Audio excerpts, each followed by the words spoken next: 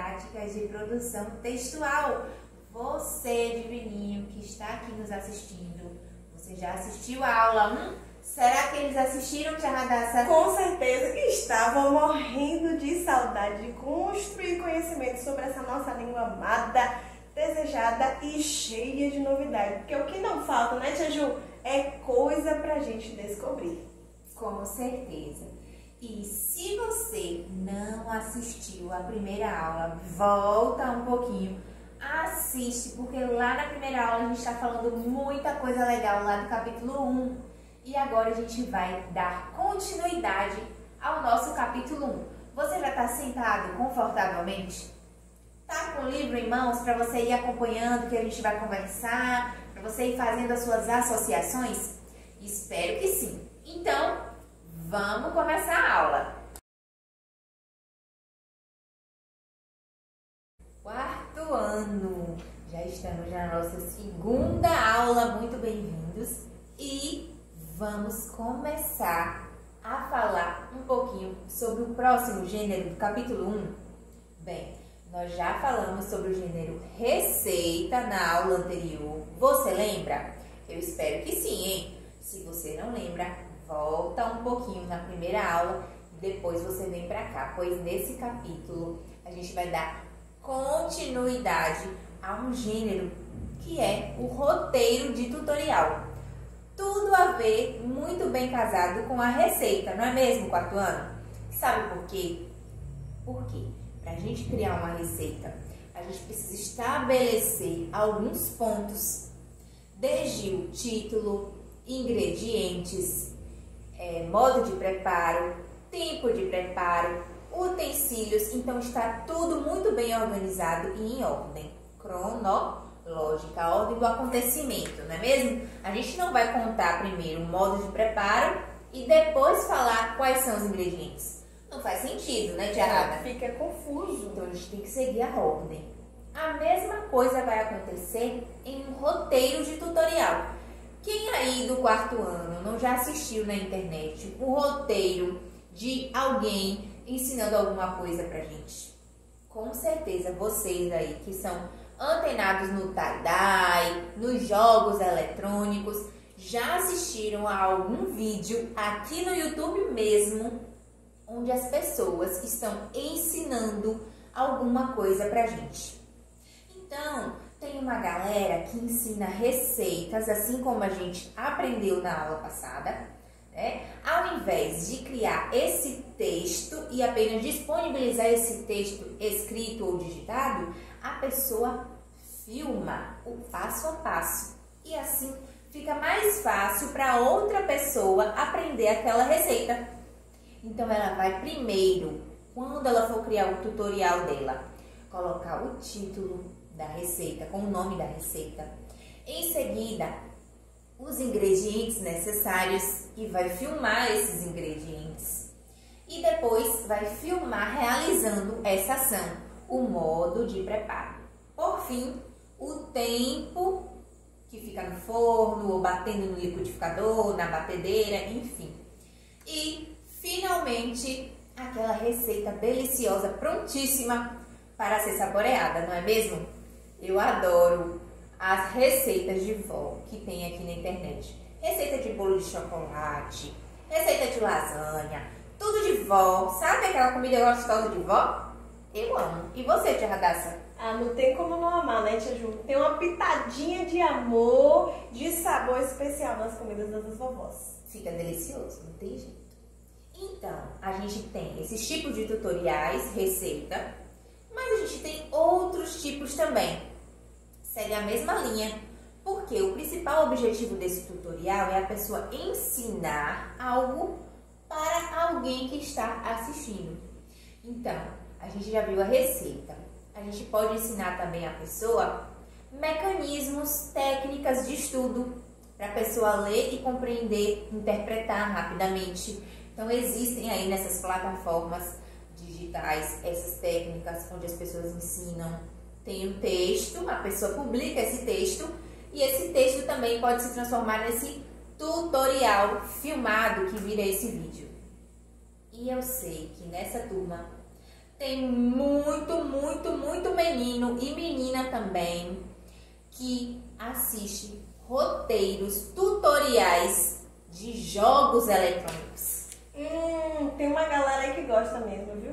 Demais, demais. Nesses tutoriais é a mesma coisa.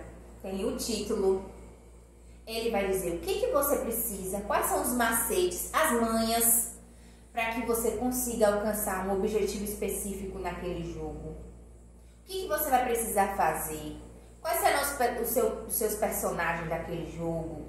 Quais mundos você vai passar? Vai passar de fase? Não passa de fase? O que você precisa fazer para alcançar algo naquele jogo?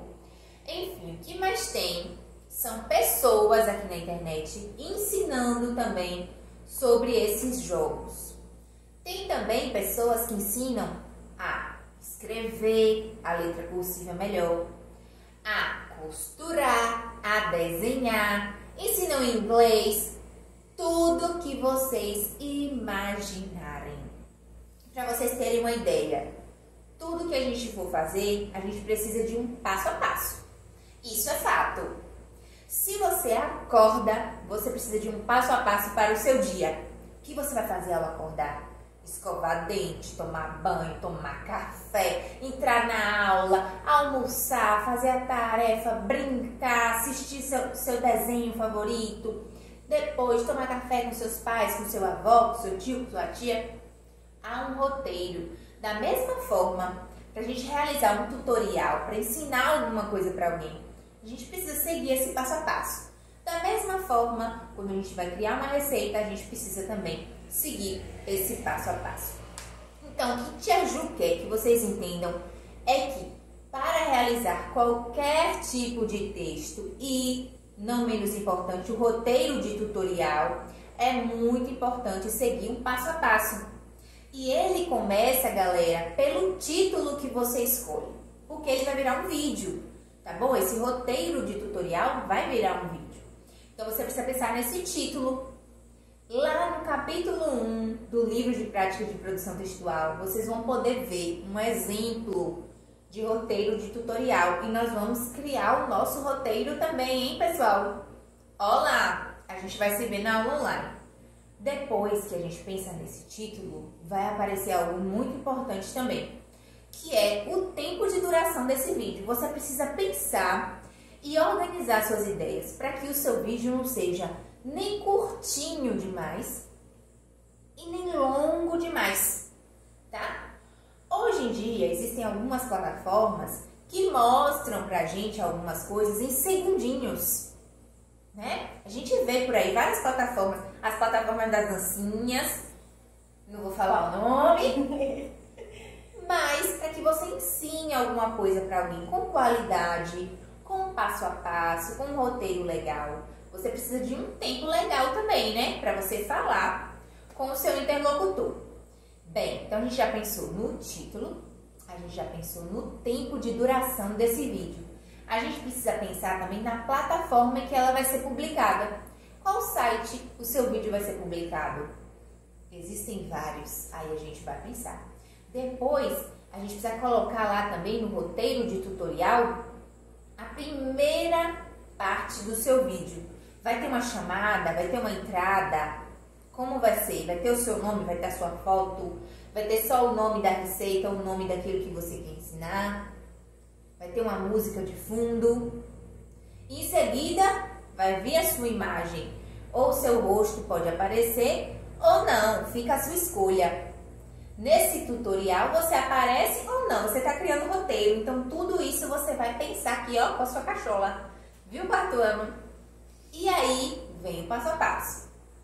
No mínimo 2 ou 3 partes, tá? Mas é legal 3 partes porque a gente pensa direitinho no início, no meio, que é você, né, solucionando, desenvolvendo ali aquela sua ideia, e o fim com o resultado daquela sua ideia, daquilo que você está ensinando para a pessoa.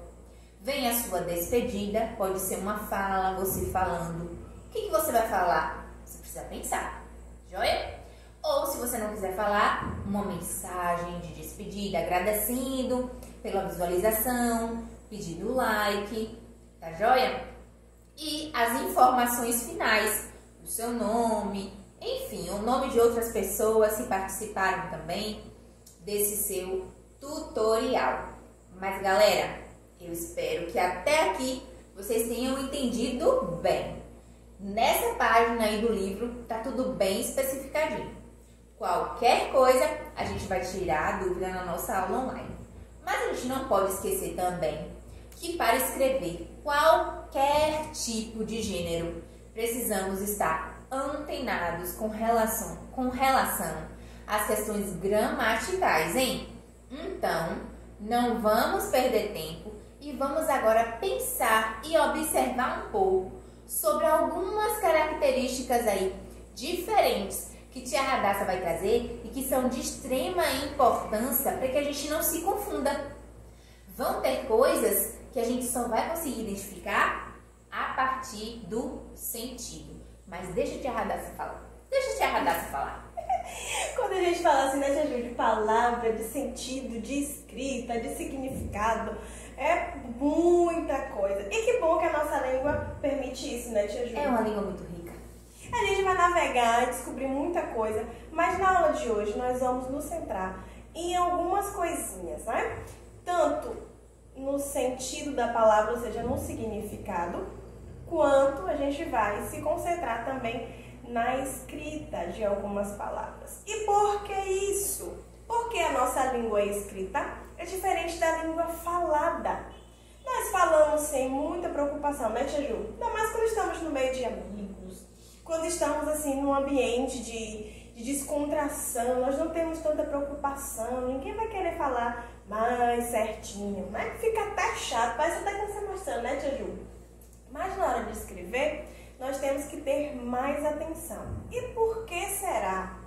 Porque muitas vezes a gente produz um texto que vai ser lido por uma pessoa que não tem o hábito do convívio conosco. Então não vai compreender aquilo que você está dizendo, né? Vamos imaginar, uma pessoa que mora aqui em Itabuna vai ter alguns vícios de linguagem, digamos assim, algumas expressões, algumas gírias, diferentes de pessoas que moram, por exemplo, em Salvador, dentro da mesma região. Da mesma forma que quem mora em Salvador vai falar diferente de quem mora no Rio de Janeiro, São Paulo, e é por isso que existe uma conversão, uma regra para a escrita. E aí surgem algumas dúvidas, por quê? Às vezes a escrita prega algumas peças no momento de falar.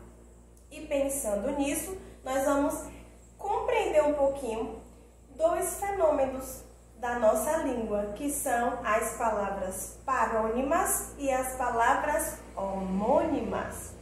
Quando alguém fala assim, você é xará de tal pessoa, quer dizer que a pessoa tem o mesmo nome, ou seja, é homônima de uma outra pessoa.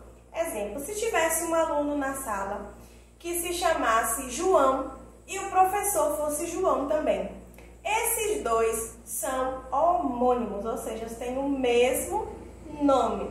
Então, na nossa língua, nós vamos ter algumas palavras que têm ou a pronúncia ou a escrita igual. Então, nós temos aqui palavras que vão ser iguais. Só que não para por aí, porque seria sem graça, né, tia Ju?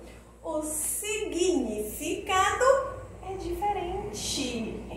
Por exemplo, nós temos a palavra acento, escrita com C e escrita com 2 S. Só que o C e o SS, né, os 2 S entre vogal, ele vai ter o mesmo som. Acento e acento.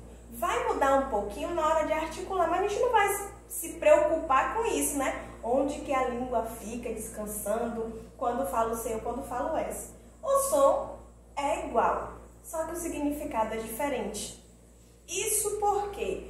Porque apesar do som ser igual, a grafia, a escrita, sinaliza o significado da palavra. Então, tudo que tem um significado automaticamente tem que ser convertido em uma expressão, que a gente chama de signo. Ou seja, quando a gente fala o nome de algo, por exemplo, Antônio, a gente já cria aquela imagem. Bom, Antônio é uma pessoa, pode ser uma criança, pode ser um adulto, mas vai ser alguém do sexo masculino, Antônio. Beleza? essa confusão. Por quê? A gente já tem uma ideia da representação, ou seja, de que é uma pessoa quando a gente lê a palavra. Da mesma forma, as palavras homônimas serão assim. A palavra acento com C vem de acentuação, né? Aquele sinal gráfico, né? O acento seria o agudo, o tio, o acento circunflexo, beleza? Então, esse acento escrito com C é de acentuação gráfica. Eu não sei se essa palavra tem acento. Já sabe que é com C. Entrei no ônibus, mas não tinha mais acento. Ou seja, esse acento é escrito com 2 S porque vem da palavra do verbo sentar, tá? Não tem lugar para sentar, acento. E nós vamos ter outros e outros exemplos. Por exemplo, nós temos a palavra verão, que é escrita do mesmo jeito, mas que podem ter 2 significados. Tem o verão e a pronúncia vai ser igualzinha. Eu posso estar indicando uma palavra que é um verbo, né? Uma ação, ou posso indicar a estação do ano. Está muito quente neste verão. Ou seja, estou falando da estação do ano. E eu posso falar, os alunos verão ao vídeo até o final. Ou seja, eu estou utilizando uma palavra que é escrita do mesmo jeitinho, que tem o mesmo som, mas que tem significado diferente. E quando é que a gente vai saber? Quando a gente considerar o contexto da fala. E aí a gente vai associar o significado à forma como é escrito e vai conseguir fazer a distinção dessas palavras. Nós temos também outra palavra que é escrita igualzinha, assim como a palavra verão, que vai significar coisas diferentes. Por exemplo, a palavra colher e colher. Tia Radassa, mas tem um jeito de falar um pouquinho diferente. O O é aberto, colher, e o outro é fechado, colher. Só que quando você escreve lá, você vai escrever do mesmo jeito, C-O-L-H-E-R. O contexto é que vai dizer, né? Eu achei aquela colher tão linda. Bom, eu sei que eu estou falando de um utensílio doméstico. Eu não sabia que já era o momento de colher tal fruta. Já estou falando de uma ação, beleza? Deu para poder perceber aí que as palavras homônimas ou são escritas do mesmo jeitinho, ou são pronunciadas da mesma forma, mas têm significados diferentes. Há uma outra forma de palavras que são parecidas, tá? As palavras homônimas vão ser um pouquinho mais desafiadoras, né, Tia Ju? Porque é muito igual. Ou vai ser escrito do mesmo jeitinho, ou vai ser dito do mesmo jeito. As palavras parônimas são parecidas, ó, parônimas. A gente lembra um pouquinho, né, de parecido. O que é parecido não é igual. Por exemplo, um segredo aqui, né, Tia Ju? Eu e Tia Ju somos muito parecidas. Às vezes nós pensamos a mesma coisa. Só que esse parecido não quer dizer que na estética nós somos iguais. Mas nos nossos gostos, nos nossos pensamentos, das nossas ideias, nós temos muita coisa semelhante. Então, as palavras parônimas, elas vão ser parecidas. Só que a gente vai perceber uma mudancinha ali, algo diferente. Por exemplo, a palavra imigrar e emigrar. Só vamos alterar uma letra, né? A letra inicial. Um com I e o outro com E. E não vamos confundir na hora de falar. Temos outro exemplo, a palavra discriminar e discriminar. Ou seja, mudei o I pelo E, só que não vou confundir. Tem uma palavra descrever e descrever. Descrição, descrição. Temos a palavra despercebido, desapercebido. Ou seja, são palavras que são parecidas, mas que a gente não confunde tanto, porque vai mudar alguma coisinha ali e o som vai ficar diferente. Diferente das palavras homônimas, que vai ter alguma coisa muito igual. Além disso, né, dessa escrita, nós temos a questão do significado, que nós vamos lembrar do conceito de antônimo e sinônimo, que tem a ver com o significado também. Só que aí as palavras não precisam necessariamente ter uma relação de semelhança uma com a outra. Isso vai indicar que as coisas são diferentes, né? São qualidades. Geralmente, os sinônimos e antônimos vão indicar qualidades, ou vai indicar o gênero, né? Ou vão indicar a intensidade, se é maior ou se é menor. Exemplo, tia Juliana é alta, tia Radassa é baixa, ou seja, baixo é o contrário de alto. Tia Juliana é mais clara que tia Radassa, ou tia Radassa tem a cor de pele mais escura do que a de tia Juliana. Então, claro é diferente de escuro. Então, os sinônimos são as palavras que têm o mesmo significado. E aí nós vamos ver palavras diferentes que indicam a mesma coisa.